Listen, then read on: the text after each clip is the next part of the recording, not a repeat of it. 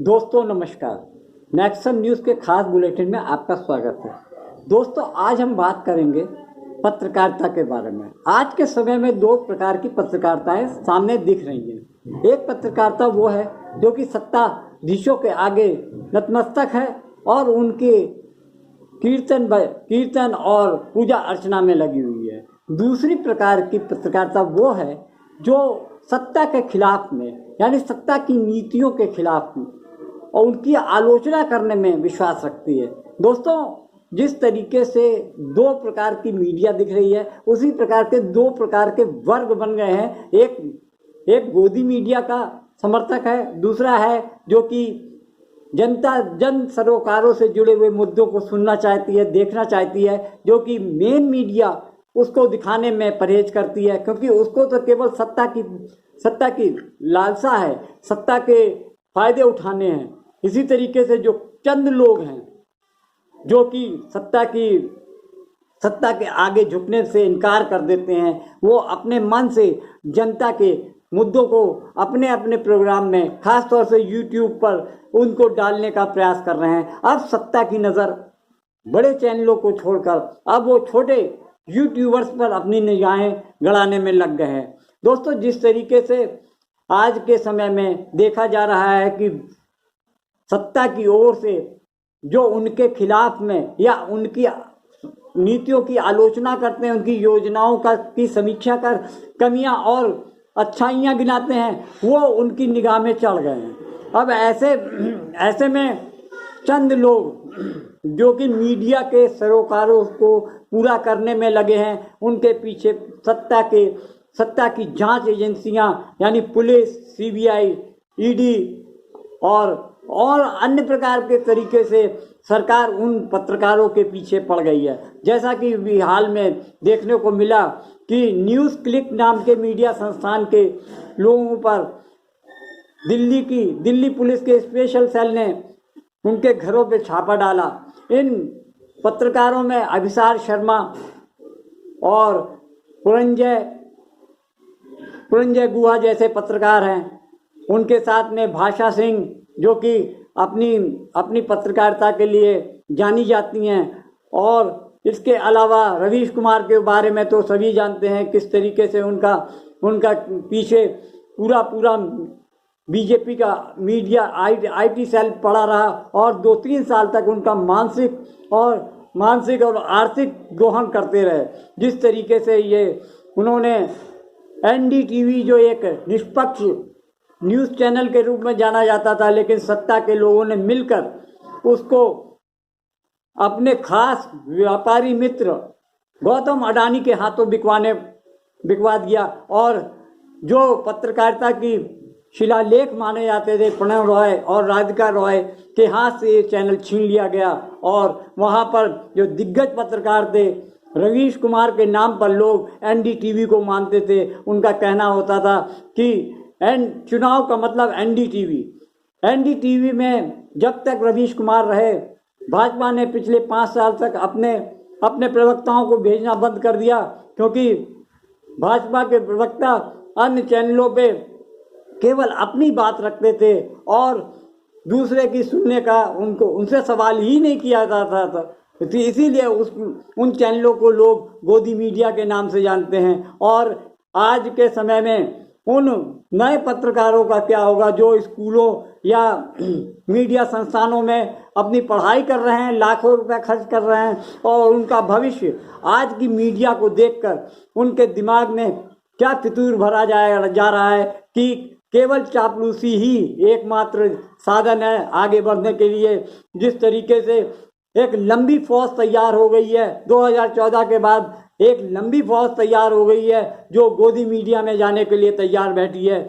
और गोदी मीडिया के एंकर एक प्रवक्ता के रूप में सत्तारूढ़ दल के पार्टी और सरकार के प्रवक्ता के रूप में लोगों पर तंज कसते हैं। एक साइड में भाजपा का भाजपा का प्रवक्ता होता है, दूसरी तरफ एक विशेषज्ञ राजनीति के रूप में भाजपा कार्यकर्ता बैठता है, दूसरी तरफ से एंकर भी उनके साथ में बैठकर विपक्ष के नेताओं पर वार पे वार करते हैं। इस तरीके से विपक्ष को विपक्ष को निशाने पर रखने के लिए ये टीवी न्यूज़ चैनल वाले ऐसे ऐसे डिबेट कार्यक्रम प्रस्तुत करते हैं जिसमें केवल फर्जी राष्ट्रवाद यानी सरकार की नीतियों का बढ़ चढ़कर प्रशंसा करना, कार्यक्रम में केवल सरकार की नीतियों का प्रचलन होना और जन सरोकार से मुद्दे जैसे बेरोजगारी हो गई, बेरोजगारी है, महंगाई है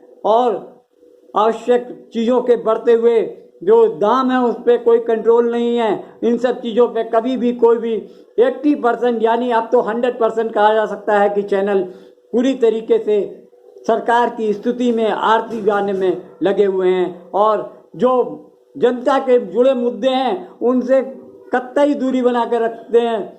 लोगों की समस्याएं इतनी बढ़ती जा रही हैं, तेल पेट्रोल यानी खाने की सभी चीज़ें बढ़ रही हैं, लेकिन कभी किसी भी टीवी चैनल के डिबेट में इन मुद्दों पर बहस नहीं होती है। मुद्दों पर बहस होती है हिंदू मुस्लिम, मंदिर मस्जिद और भव्य मंदिर बन रहा है अयोध्या में।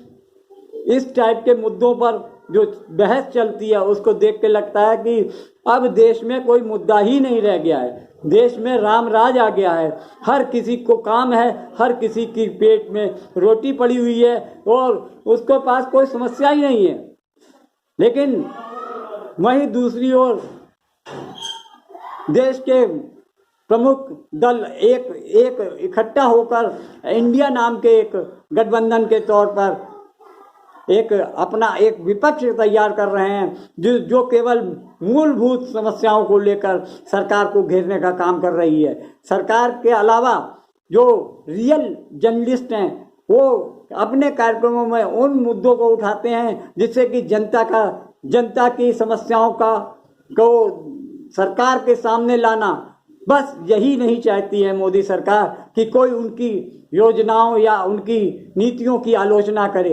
यही वजह है कि वो कुछ ऐसे मीडिया संस्थानों पर नजरें गड़ा कर बैठ गए जो कि हमेशा से सरकार की आलोचना करती आई है। उसी में एक आपका न्यूज़ क्लिक भी है, न्यूज़ क्लिक संस्थान जिसमें कि देश के जाने माने पत्रकार अपने विचार, अपने कार्यक्रम, अपनी समाचार खोजी पत्रकारिता का प्रदर्शन करते हैं।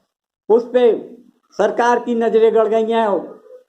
दिल्ली पुलिस की स्पेशल सेल ने उसके ऑफिस में जाकर वहाँ उन सभी काम करने वालों का मोबाइल और लैपटॉप जब्त करते हुए ये साबित कर दिया है कि देश में अब कानून नाम की कोई चीज़ नहीं है। उनके ऊपर देशद्रोह का मुकदमा कायम किया गया है। दोस्तों, देशद्रोह का मुकदमा वो भी पत्रकारों के ऊपर लग रहा है।